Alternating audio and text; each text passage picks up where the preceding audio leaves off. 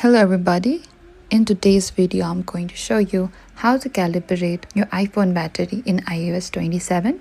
If your iPhone battery percentage seems inaccurate or drops suddenly, you can try recalibrating the battery indicator. First, you need to use your iPhone normally until the battery drains completely and the device turns off. Leave it powered off about an hour, then connect to a charger and let it charge uninterrupted to 100%. Once fully charged, keep it plugged in for an extra 30 to 60 minutes before unplugging it. Finally, restart your iPhone and keep in mind that modern iPhones automatically manage and recalibrate battery reporting over time, so manual calibration is usually only helpful when battery percentage appears inaccurate. And that's how you can calibrate your iPhone battery in iOS 27.